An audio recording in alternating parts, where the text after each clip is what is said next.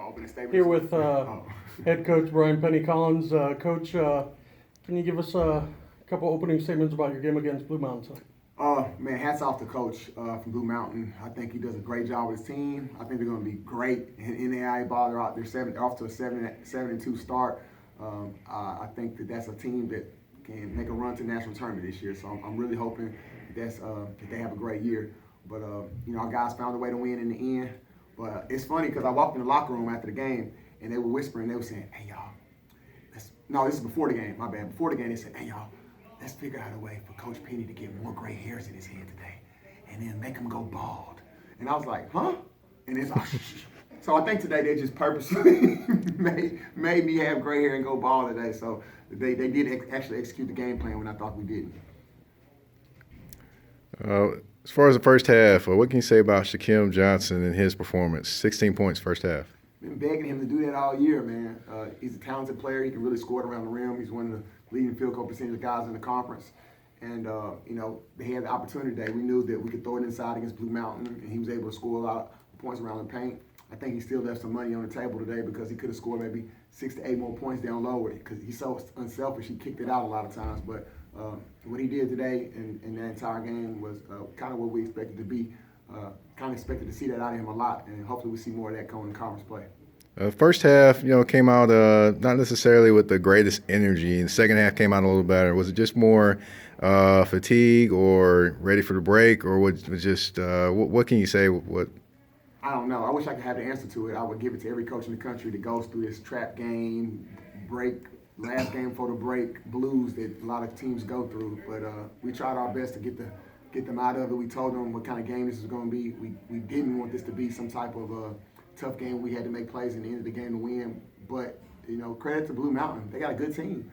And every time we had a chance to make a run, they made a big shot or hit a big three or executed a big time play. They're a good team. So I'm just glad that we were able to sneak out of here with a win. What do you think you learned about your team the first half of the season? We got some toughness. Our guys are not gonna quit. With the exception of one game, I feel like we came and competed hard every single game. For us to get 8 non-conference wins it's good. Especially if you look at last year, seeing that we won 9 games the whole year, and we've already got 8 wins in non-conference. So it puts us in a position where we know we're improving, and that's the best thing. I'm really looking forward to this break. Our guys need it. Got a lot of guys sick and injured, and I'm really looking forward to them coming back and taking advantage of this practice time that we're gonna have to get ready for a very, very tough OVC season. What can you say about the performance of Emmanuel Igbo in the second half? I mean, it looked like that Blue Mountain was trying to make a comeback, then all of a sudden, bam, he gets a layup, he gets a dunk, he gets a rebound, another dunk, he's running the court. What can you just say about his performance? I mean, second half? He's a big-time energy guy. When he's giving us that kind of lift off the bench, we're a really good team, and we need him to have that kind of confidence going into OVC play. If you look at his last 3 games, I mean, he's done that. I think he scored double figures in the last 3 games. I could be a little off, but he's been playing great for us off the bench and limits the time, and he just makes us a dangerous team. A lot of people don't have an Emmanuel Buddha coming off the bench, but he's got to get that mentality all the time. It's a tale of 2 halves. The first half he was pretty much a non-factor. In the second half he played a little bit harder. So if he can just learn how to bottle that up, he'll have a fantastic year for us. What can you say about the play of Wesley Harris in the second half? First half, it kind of seemed like he wasn't necessarily all the way into it. In the second half, it just seemed like the light switch went on and he was hitting everything. He was playing with a little bit more intensity. Mm-hmm. Of course, he was talking a little more, but it just seemed like he was more into it in the second half. Yeah, I mean, I don't know. Once again, I wish I had answers for what makes guys tick and what makes them don't. And that's the main thing that as coaching staff we try to figure out. But West just decided to turn it on. Now, it was tough because he picked up 2 fouls quick in the first half, and that kind of took him out of rhythm of kind of staying in the game. But I still rolled the dice with him in the first half and let him play a little bit more. He picked up that third one, but, he's the type of player that you got to keep if you're the opposition, you got to make sure you know where he is at all times and keep pressure on him. But he was able to make some big-time plays for us in the second half, and that's not the first time he's done that this year. When he plays like that, how good a team can you all be? Our goal is to contend for OVC title, and when he's playing that way, along with all rest of our guys, Carlos Marshall, When Jalen Washington's healthy and Mark Freeman and Michael Littlejohn are playing their game, I mean, we're going to be a tough out, whether we're at home or on the road. And that's what we have to find, that consistency. And this team being so new, so many new guys that we have this year, and then a lot of the guys that are returning are in different roles. Even our grad transfer like Wesley Harris, he didn't have this role at West Virginia to be kind of the go-to guy. So we got guys in different roles this year that are still learning, and we're hoping these first 13 non-conference games have prepared us enough to be ready for them to get rolling. So first semester is done, so I'm going to ask you to grade your team, and on what letter grade would you give them at this point, and what do you look for, to improve, going into conference play, and what are you looking to make that next change here? I would grade us at probably about a B. We're right where we need to be, especially if you look at the other teams in our conference. I feel like we've been into some tough road games, and we've competed hard against some of the top teams in the country. We've won some tough games. We've blew some teams out, and we've won some nail biters. So we're pretty battle tested. The one thing that I really want to work on is consistency and just having that discipline to execute a game plan for 40 minutes. We've had so many games where we've had spurts of greatness, but with the exact opposite of that spectrum, we've had so many spurts of just poor basketball with turnovers and undisciplined plays. So if we can eliminate, not all of that, just a little portion of those bad portions of the game, then I think we'll be a whole lot better team.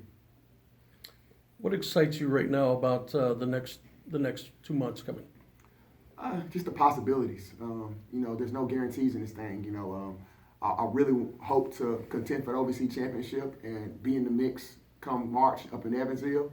But that's a one-day at a time thing. I really don't want to look too far ahead. My focus now is just going to turn 100% to enjoying this break. And I'm not even going to think about too much. I'm lying. I'm going to be thinking about EIU a whole lot. I'll think about EIU and SIU a lot. I'll start watching film on those guys. But I'm going to enjoy this time with my family and then just get ready just to get that first one. If we can get the first one, we'll worry about the second one.